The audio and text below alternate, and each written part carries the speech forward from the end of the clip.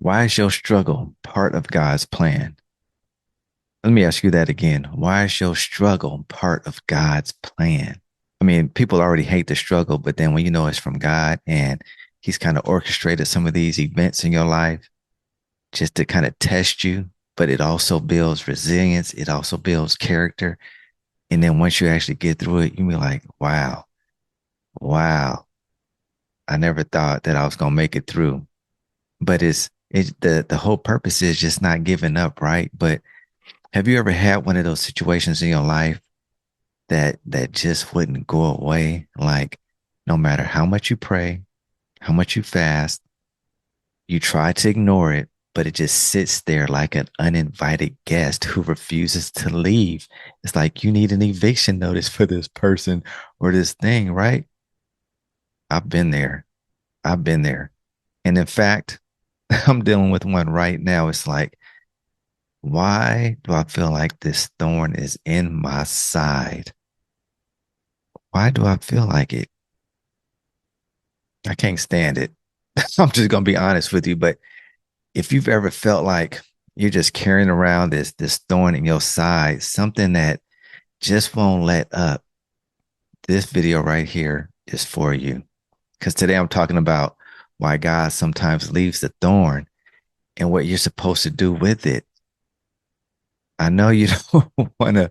I know you don't want to just feel like you're all alone in this situation, or you feel like this constant nuisance or whatever it is that's bothering you is just supposed to be in my life the whole time. I know there's seasons for everything, but let's get into it. Let's get into it. All right, let me just take you to Second Corinthians real quick, where where Paul says, one of the greatest apostles, right? He had a thorn in his flesh. And he talks about this in Second Corinthians 12.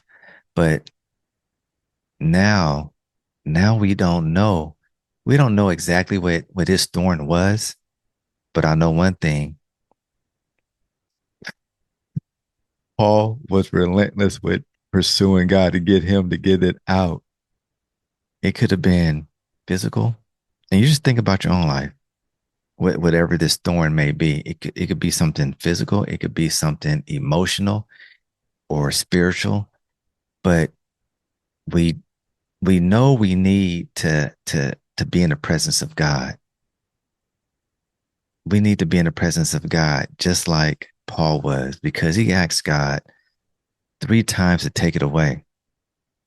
And God's response was, my grace is sufficient for you, for my power is made perfect in weakness. Sometimes I'm like, God, I don't want to hear that. I do not want to hear that. Because in actuality, all God was telling Paul was, no, I'm not going to help you, but you can lean on me. And Paul was hoping for relief. He was hoping for relief. And we could be hoping for that same thing, just like, God, just take this away. How much longer? But God was offering growth. And when you're real, I mean, when you think about it, like nobody likes hearing no. You're telling me that my suffering has a purpose? All my suffering has a purpose. Meanwhile, I'm over here just sulking, right? I'm just sulking. But I'll tell you one thing, once you get in that word has a power just to comfort you and nourish you during that time, nourishes your spirit, your mental, even your attitude. And that's the biggest thing, your attitude, because a lot of people they see that attitude. They see how you engage with them. They see and hear how you talk and communicate. So my struggle is for a reason. That's not the you know when I hear that, or I just learn to comprehend that my struggle is for a reason and for a purpose. It's not something that I actually want to hear. It's not the message, of course, that I want to hear from God. I'm like, God, you need to just take this. Come on. But here's what I've learned.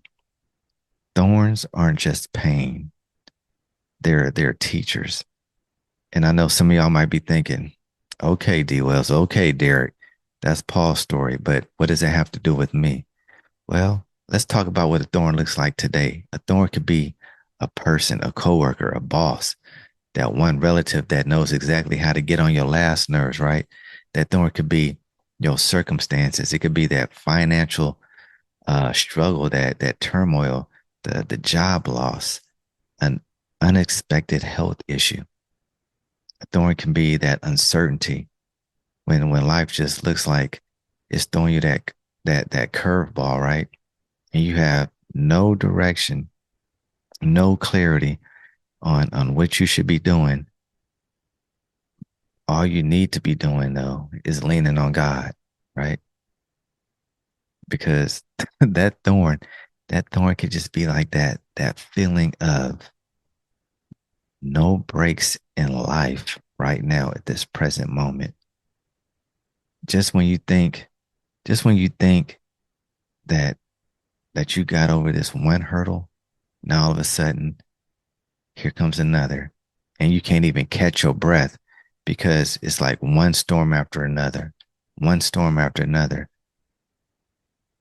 And here's another thing, and this is the cold part right here.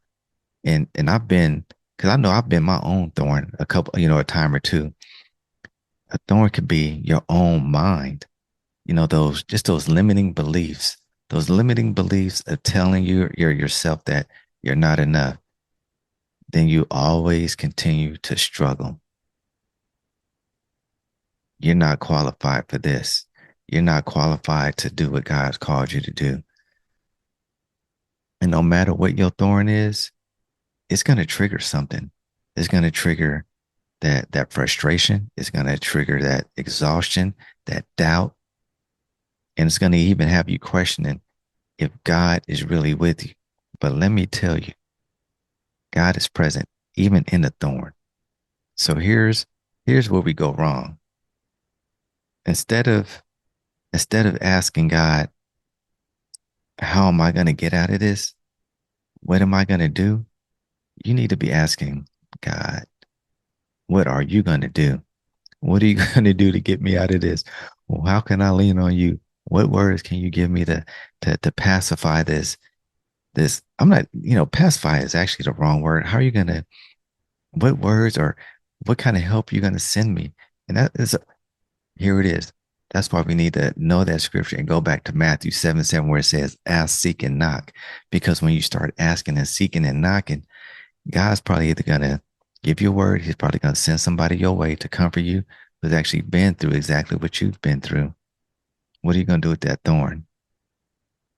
What are you going to do with that thorn? Don't be too busy to ask God, because God can always take it away. You can't. We don't have that power.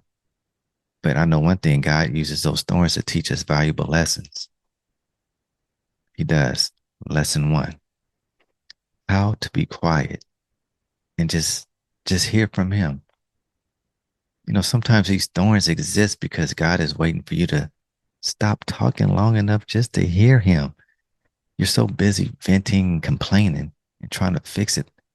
We try to fix things ourselves and we don't even have the power. And when we do this, we end up missing his voice. We don't even hear.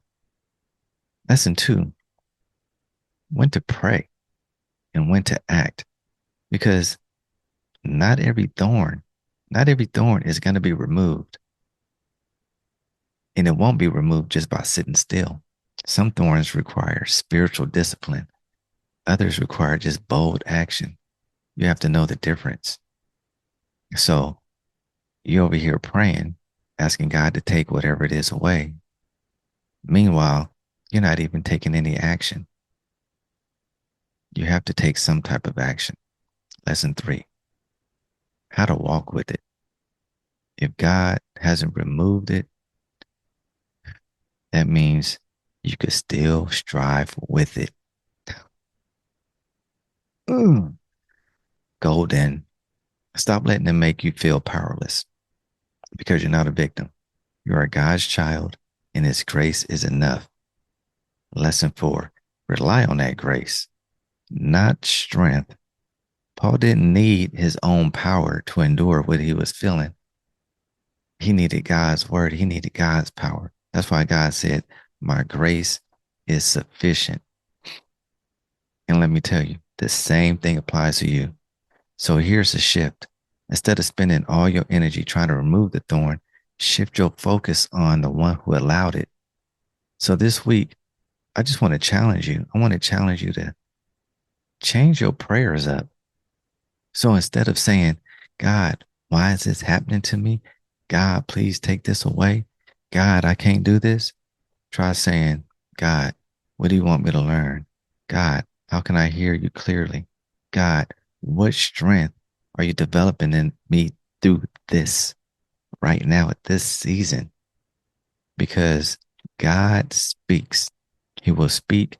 And when he does, you better realize, and one, you better recognize his voice. But what you just realize that that thorn isn't just a burden, it's an opportunity for deeper awakening. Deeper awakening. It's all about spiritual awakening, getting closer to God, feeling his presence, and knowing that he's not going to leave you. He's not going to leave you. Can you just imagine not only what Paul was feeling, but what Moses was feeling when he had to free the Israelites, and here they are complaining. You know, those Israelites were straight thorn in that side. Absolutely, they were. And some of us are probably dealing with the same type of stuff with our kids, with our family members.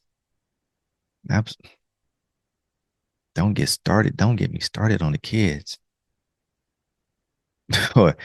Some of my friends already know that situation, but I know a thorn is frustrating, it's painful, it's uncomfortable. But what if I told you it's actually the tool that God is using to shape you into the person he's calling you to be? So instead of fighting against it, lean into God. Lean in it. This was just a shorty, but listen, if this message hit home for you, do me a favor. Drop a comment and let me know what thorn you're currently dealing with. So we go work on this together. Share this video with somebody who needs encouragement. And don't forget, subscribe so you don't miss the next video. And remember, God's grace is sufficient. Why not you walk in that grace? Until the next time, D Wells, why not you? I'll see you in the next video. Stay strong and God bless. Peace.